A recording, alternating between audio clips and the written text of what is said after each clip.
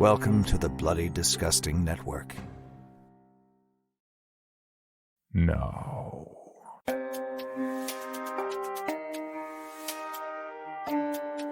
This is Creepy, a podcast dedicated to sharing the most famous, chilling, and disturbing creepypastas and urban legends in the world.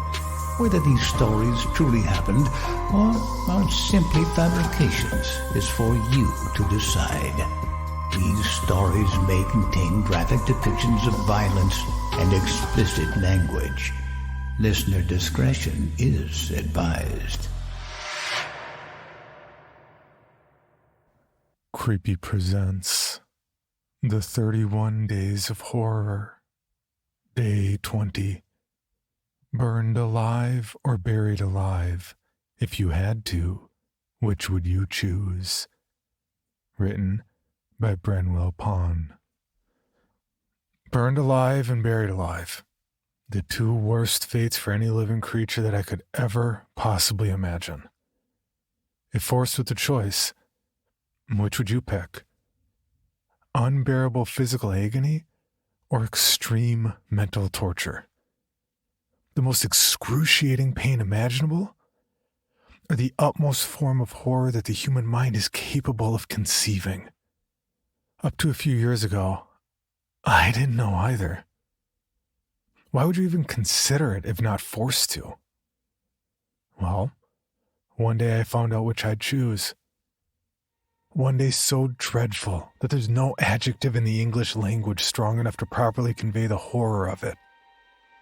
A day so awful that I struggle just to recall it. I had the choice put upon me. Here's what happened. Years ago, I bought my first home. Being an overall fan of the macabre and living in rural New England, I decided on a nearly ancient American colonial-style home, reminiscent of something out of a Nathaniel Hawthorne or Arthur Miller story. It was a product of a bygone era. Though it was built in the early 1800s, as the cliche goes, it had good bones, and had been fairly well maintained considering its age. That being said, it still needed some work. A few weeks after closing, while fixing some of the faulty old wiring in the basement, I came across a centuries-old drain set into the stone flooring. It was maybe 3 feet in diameter, covered with a heavy iron grate that was worn with many decades worth of rough brown corrosion. It resembled the entrance to a dungeon. Like I mentioned before, I have a curiosity for all the dark and morbid elements of the world. Finds like this were the exact reason I wanted this house. So I decided to have a closer look at the forgotten thing. I laced my fingers through the dirty old grate and gave it a firm pull. It opened with a pained and rusty cry. I gazed down into the hole. A faint, acrid stink arose from its depth. It was as dry as old bone and quiet as a crypt.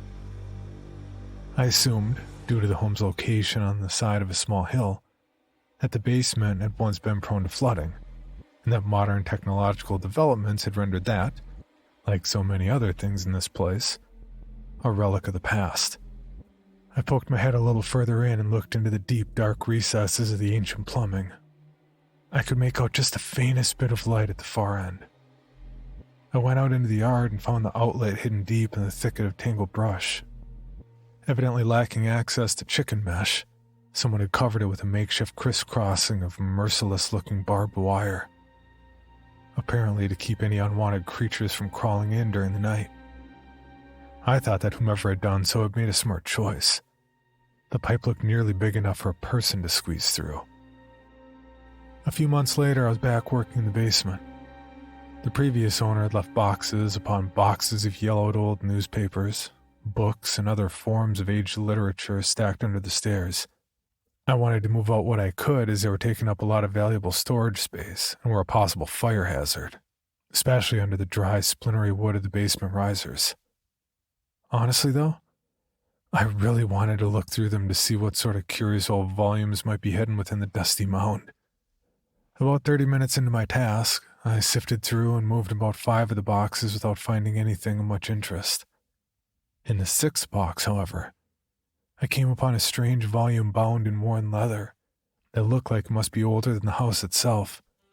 It had the words Kitab al-Kanuz embossed on the cover and was written in what appeared to be Arabic.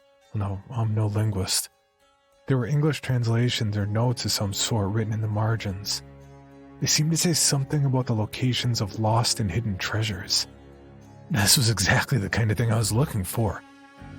Excited by my find, I moved out from under the stairs in search of better lighting to read it by.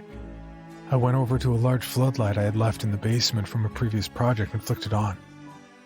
The decrepit wiring running under the stairs sparked violently. I spun quickly and in doing so tripped and fell backward. By the time I got up, the sparks had already lit a fire in the stack of boxes that stood nearly a meter high. It was licking and biting at the withered stairs like the jaws of a hungry animal. In hindsight, at this very moment, I should have sprinted through the flames to safety. Whatever burns I would have suffered would have paled in comparison to the trauma I was doomed to endure by staying put. But, like they say, hindsight's 20/20. Instead, I sat frozen in shock of the sight in front of me. When I snapped out of it, I looked around frantically for any signs of something to douse the flames with. But of course, there was nothing. Nobody thinks to keep a fire extinguisher in their basement.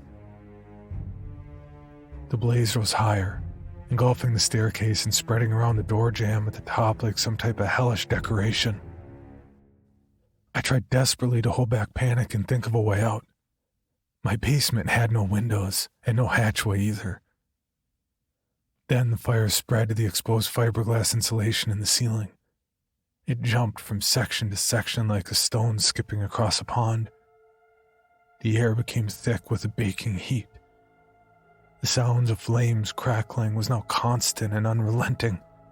Smoke was filling up the already close air, curling and twisting through the space. Every breath I took tasted of hot ash. I finally decided my only hope was to sprint up the stairs through the inferno and pray my injuries weren't life-threatening. Thoughts of pink stinging burns, blisters, wet peeling flesh and skin grafts flashed through my mind. I hesitated. I tried to steel my nerves against it all. Then the staircase collapsed. I drew back against the concrete wall behind me, hoping for respite from the sudden gust of fiery air that followed. It didn't help.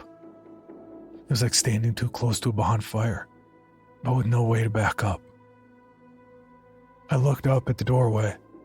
The threshold was 15 feet up and surrounded by flame. I moved away along the wall, desperately searching for any relief from the heat and smoke. Everything was on fire now. I could barely see. My eyes burned and every breath choked my lungs.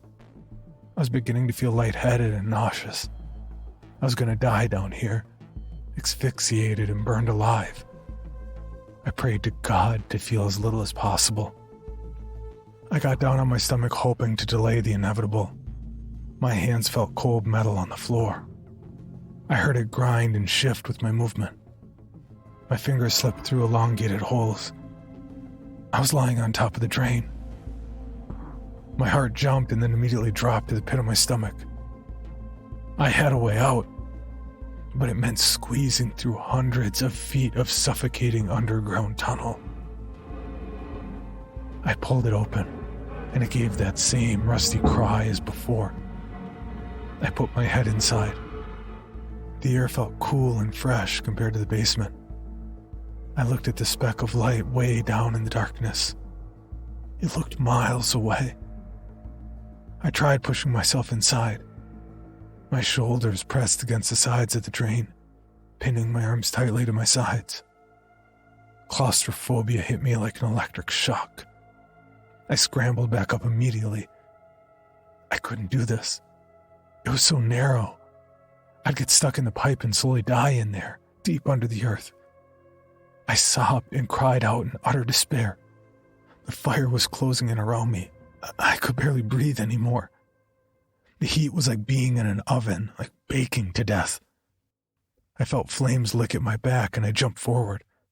Fire burnt the skin on my face. I pulled back. I had nowhere left to go. Without stopping to think any further, I shoved my body headlong into the hole. I wriggled like a worm, the flames burning at my feet and legs giving me the dearly needed motivation to move forward. My arms were pinned to my sides again. Because of the L shape of the drain, I had to go in upside down. It was like being stuck in a cave miles below the Earth's surface. Dread and anxiety like I've never felt before consumed me. I wriggled and squirmed and kicked. I moved mere centimeters with each desperate effort. The sides of the pipe clenched around me like a fist. Every move felt like it was going to wedge me hopelessly in the pipe. In my position, I couldn't even see where I was going. I had no idea how much progress I was making, if I was even getting closer to the opening. The darkness was total. I sobbed and screamed and squirmed further, scraping my skin on the rough sides of the dried-up old pipe. My mind was pure panic now. I pushed with my legs all I could, but I only had room to lift my knees a few inches. I struggled wildly to keep moving, the sides of the cylinder grinding against my shoulders and hips. My manic breathing and hopeless cries echoed deafeningly in the pipe. Then I came to a rise. I could feel it like a ridge under my back. The buildup of centuries of rock-hard mineral deposits created a stalagmite-like formation underneath me that gradually rose up the sides of the passage. I kept pushing and squirming as feverishly as ever until I felt my shoulders squeeze right up against my neck. I kicked and I twisted and I yelled, but I could not move. I was pinned within the jagged ridge. There wasn't room to move forward, and I had no way to back up. I was stuck. Completely and totally stuck. I thrashed my legs and jerked my torso violently. I whipped my head around and cried out like an animal in a trap, banging my forehead against the top of the pipe and scraping the skin off. My body still wouldn't move. I cried and I screamed until I was exhausted. Then I cried and screamed even more. I began to fade in and out. I dreamt that I saw faces of the dead climbing out of the earth above me. I heard the voices of demons in my ears chanting and laughing at me in strange languages. I could feel the pipe squeezing and tightening and relaxing just to play with me. The world spun uncontrollably at times, making me dizzy and sick. Other times I floated paralyzed through the void. My thoughts whirled violently around my brain like mad, biting flies. My head felt like an oven with my brain baking inside. The salt of my tears burned my dried-up eyes. I was going to die in here. Alone. Stuck. Unable to move. I completely lost my sanity during those hours. My consciousness turned to a soup of constantly churning, manic thought with nothing resembling rational or ordered cognitive activity remaining. Consequently, it was my wild, animalistic screams that finally alerted the firefighters to my whereabouts deep within the pipe. They had to wait until the fire died down before they could call in an excavator. Eventually, the heavy machine became too risky, as it could easily have collapsed a decaying old tube burying me within. So they set to work digging it up with shovels. After they moved enough earth to expose the pipe, they had to cut out the section I was entombed in with a large saw. I know people were speaking to me during this time, trying in vain to keep me calm. But all I remember is the deafening, metallic shrieking that echoed through the pipe, stabbing in my eardrums like ice picks. Once freed from the rest of the conduit, they lifted the section that held me out of the ground with a small crane and set it down in the yard. I vaguely remember another floating sensation. I had hoped I had died. Soon they went back to work with smaller, yet barely less hideous-sounding saws. It was night at this point, so I didn't even get the minuscule benefit of daylight to ease the suffering. Other than the noise, it felt no different than when I first crawled in. Finally, it felt as if a great weight had lifted from all sides of me.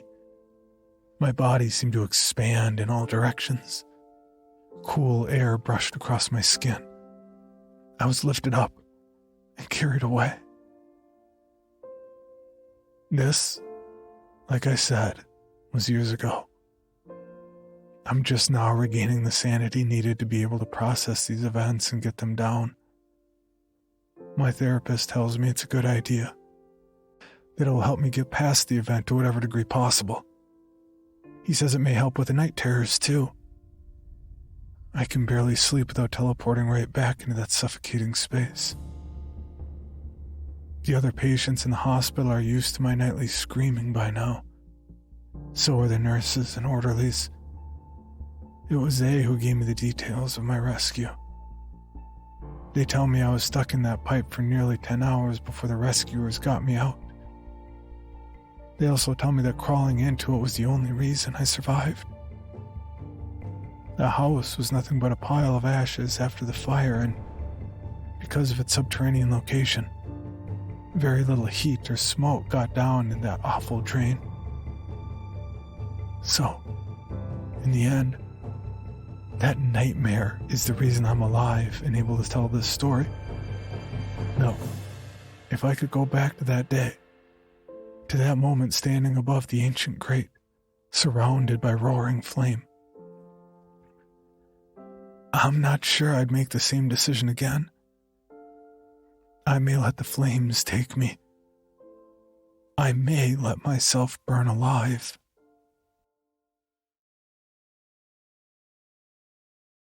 For your bonus episode, Creepy presents Night Drive, written by B.A. Reese and narrated by Rissa M.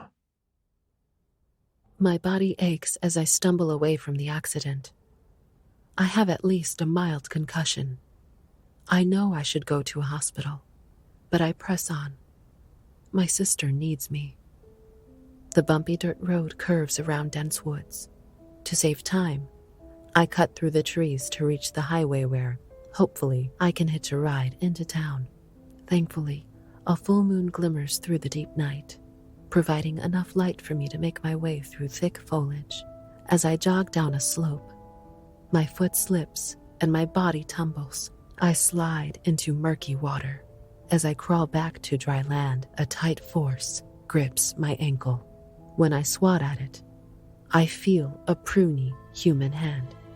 More hands reach out of the water. They extend in my direction. With a defiant scream, I pry the hand off of me. I make it onto 2 feet and dart away. As I run, I try not to think about what I just experienced. It's one horror too many for tonight. Instead, I think of my sister, 4 years my junior at 13. She was so different from me. She deserves the life she will have if I manage to spare her. I emerge from the woods and approach the highway. For poor Catherine's sake, I ignore the obvious danger I face as I holler at approaching headlights. I walk along the road as vehicle after vehicle passes me by. I don't blame their drivers. After all, I am caked in blood and mud. But I wish one would take mercy on me and pull over. Finally, my wish comes true. A rusty brown sedan rolls to a stop. Its back passenger door pops open. I hurry inside. The car's interior is dirty. A layer of trash covers the floor. A pale, elderly man sits in the passenger seat before me. He reaches past me to slam shut the open door. "Sorry," I say. "I should have done that. It's been quite a night. Are you heading into town?" He does not respond. Instead, with wide, curious eyes, he scans me from my wet, dirty feet to the tear around the waist of my dress, to my teary-eyed and bruised face. The driver of the car is even less welcoming. He wears a dark green sweatshirt with its hood drawn up over his head. He does not acknowledge me. When the old man finally speaks, his voice has an empty, mechanical timbre. He asks me if I'm heading into town. Yes, like I said, I'm sorry to impose, but it's urgent. I need to make haste. The man croaks one word. Why? My sister needs me. The man repeats why I said. She needs to go to town because her sister needs her. He gestures toward the driver, who starts the car. I feel relief as we fly by the trees that droop ominously by the side of the road. The old man makes a sign of the cross with his hands before tapping a button on the car's audio system. A deep male voice emerges from a musical intro of haunting piano. Welcome to Cemetery Stories, the podcast guaranteed to frighten you to your core. We examine the most disturbing urban legends we can find. Listener discretion is advised. I'm not exactly in the mood for this. Still, it's harmless enough. All that matters is that this strange duo brings me to town. What difference does it make what they listen to? I settle into my seat and try to enjoy the moment of relative calm.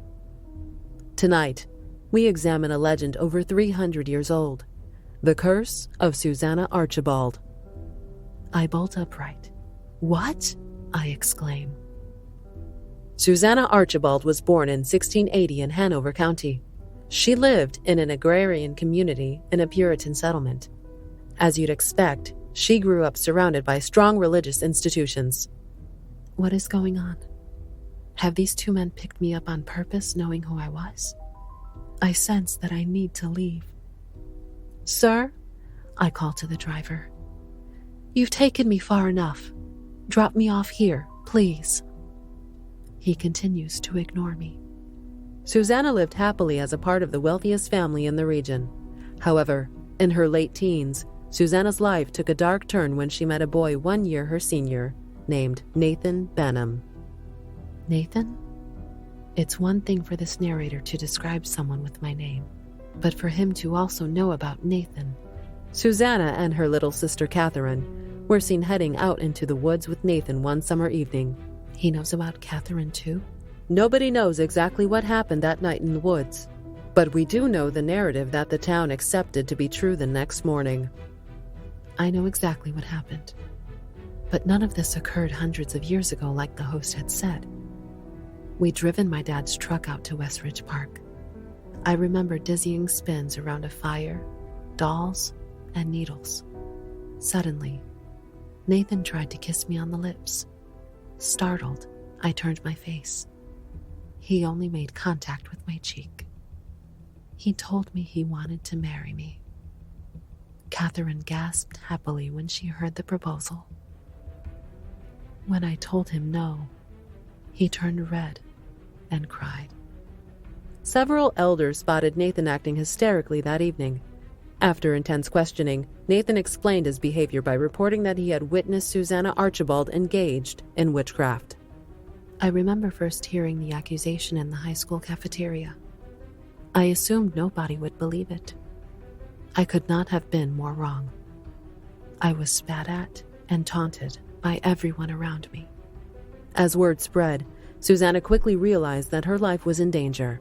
Any association with witchcraft, no matter how flimsy or poorly supported, guaranteed her persecution. The car lurches as it takes a sharp turn. I feel sick. What is happening? Who are these men, and why is the host of this show recounting my life, but placing it in the distant past? I beg the men to turn off the recording. Susanna took one of her parents' horses and fled town.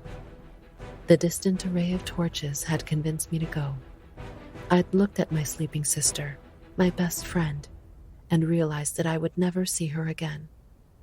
But I reminded myself that if I left, at least she would be spared the sight of the fate that otherwise awaited me. I feel lightheaded. My mind feels like it is in the past, future, and present all at once. But the next morning, a courier arrived at the inn with news that shocked Susanna. With her gone, the mob's appetite for violence still needed to be sated. The rumors about Susanna's witchcraft expanded to encompass accusations against others.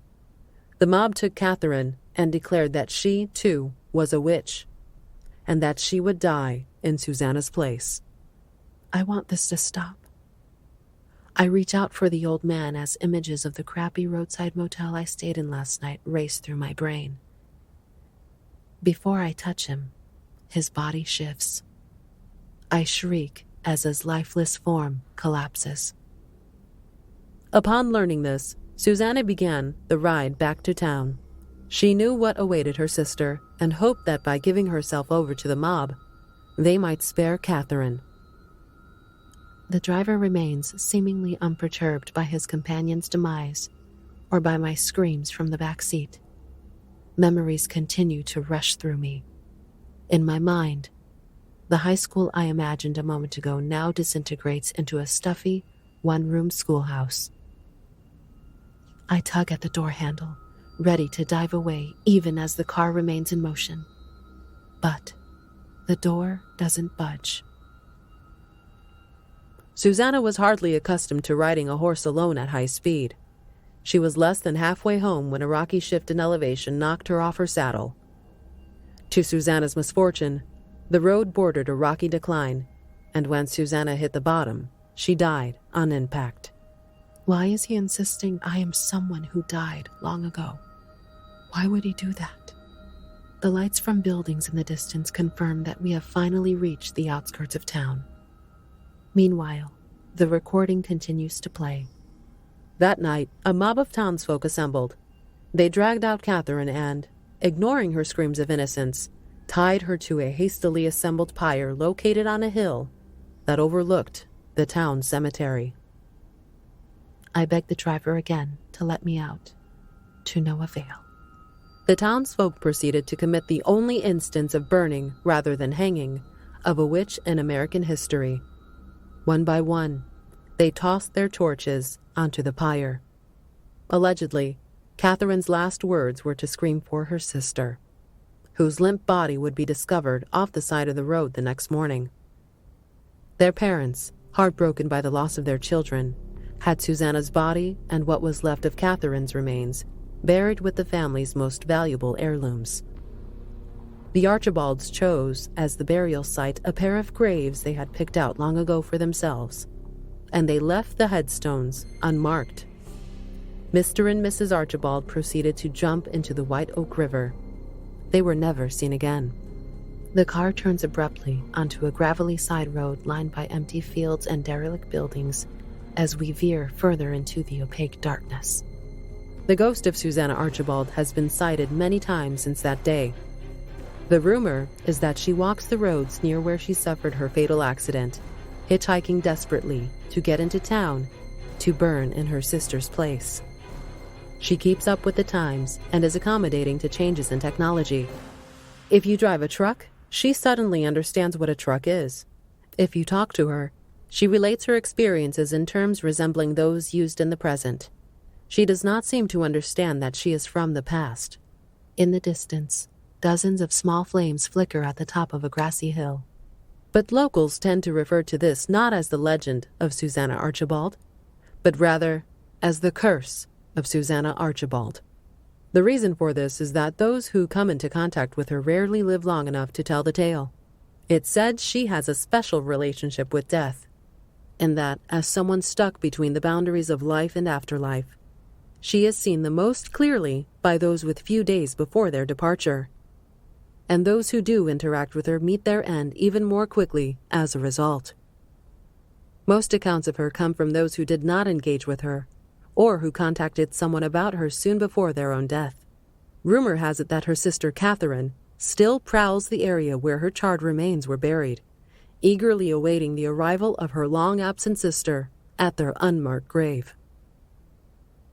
The podcast cut off as the car rolled to a stop. The driver steps out, leaving me with the old man's corpse. Out the window, the headlights reveal the driver removing some kind of stuffing from his ears and goggles from over his eyes. On the other side of the car, I discern a small spiked fence. A frail young man emerges from a light fog. As he hobbles, he gives off a sickly cough. He reaches out for the door handle and pauses when he catches my eye through the window. He seems scared and starts to shiver. He pulls open the door and directs me to follow him. He doesn't answer the many questions I ask. He just tells me that Catherine is ahead. As we approach the distant flames, we pass rows upon rows of old graves that stretch far into the shadows. Many of the tombstones are unmarked, and the engravings on many more have been worn down with age. He tells me he can't believe that I'm real. I demand that he tell me about my sister. Where is she? And is she safe? He responds that he has a little brother of his own who has the same condition as he does. That if he does this job, he'll earn enough money to provide for his brother's treatment. As I ponder what he means, we arrive at the lights. In the shadows, I make out a dozen dark silhouettes of men wielding torches, surrounding an unlit pile of wood. My companion tells me that this is my chance. I instinctively know what to do. I step forward. A loud, deep voice rings out. Susanna Archibald may have fled, but God demands justice. And justice will be delivered upon the sister who shares in her wickedness. Through fog and heavy smoke, I see several masked men in dark hoods drag a blindfolded girl in a yellow dress towards the pyre. The mob freezes as the boy who led me there announces that Susanna Archibald has arrived. I cry out, Take me instead, like you always wanted. Just let Catherine go. As I progress toward the site, a new set of memories overwhelms me. I recall waving down dozens of vehicles.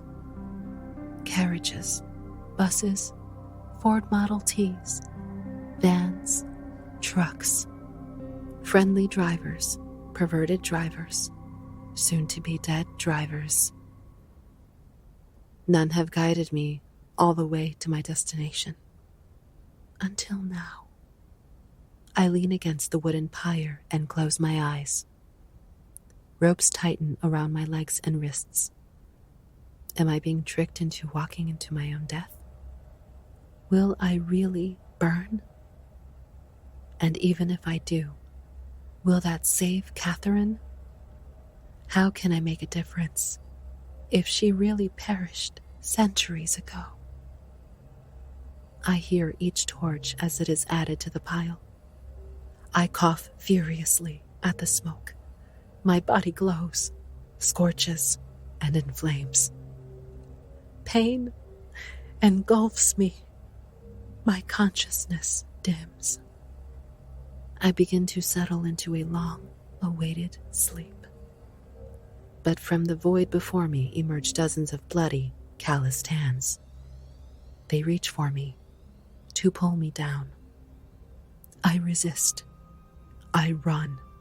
The way I always have, from what's waiting for me on the other side. I open my eyes in the morning light. My naked form is sprawled across cemetery grass. Behind me are bits of ember from a dead fire. I am healthy. My skin is unburned.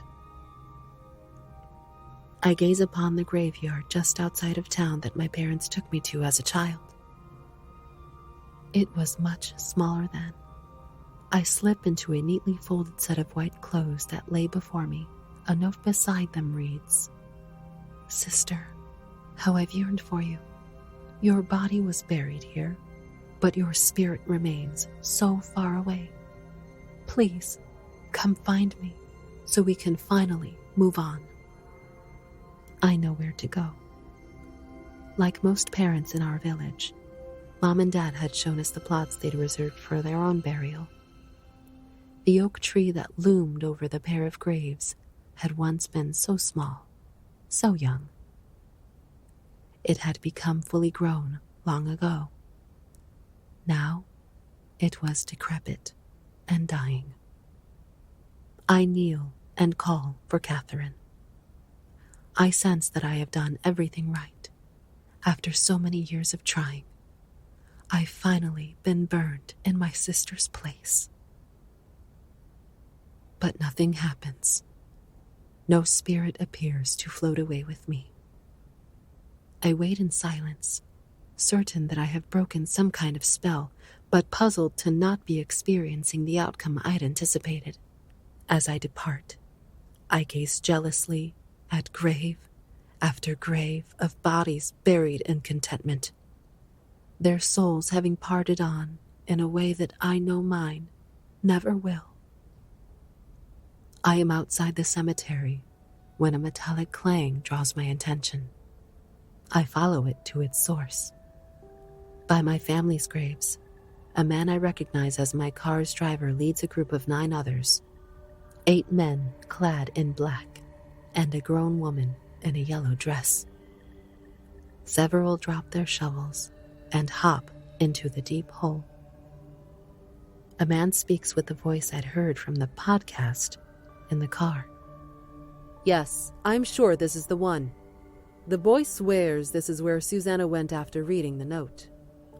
The desecration before me fills me with rage. The driver pries open an unearthed coffin and pulls from it a golden necklace my mother once promised to me. The group cheers. Others remove more of my family's jewelry and riches. When a small skull rolls out of the grave, I collapse. When I awake, I don't find myself like I normally do by the location of the accident, nor do any hands from below reach out to take what I owe them. When I interact with a concerned passerby, I can touch him and speak with him like a real, living person. And I sense that, unlike so many others, he is not doomed as a result. The ritual I went through, one I realized had been staged, had an odd effect. It dawns on me that somehow this group of con artists, who had cleverly managed to trick a ghost, have accidentally freed me from my purgatory. No longer am I sentenced to roam the stretch of highway around where I died. Instead, completing the journey that motivated me seems to have returned me to life. I was never supposed to actually make it back to Catherine and burn in her place, even if what I thought was a mob may have really been 9 grave robbers holding 2 torches each. I take a deep breath. I don't know how I'll survive in this new time, but a sense of purpose guides me. The mob was wrong about Catherine, as mobs so often are. She was a sweet girl who'd never touch anything related to witchcraft or sorcery. I, on the other hand, have 10 people to track down.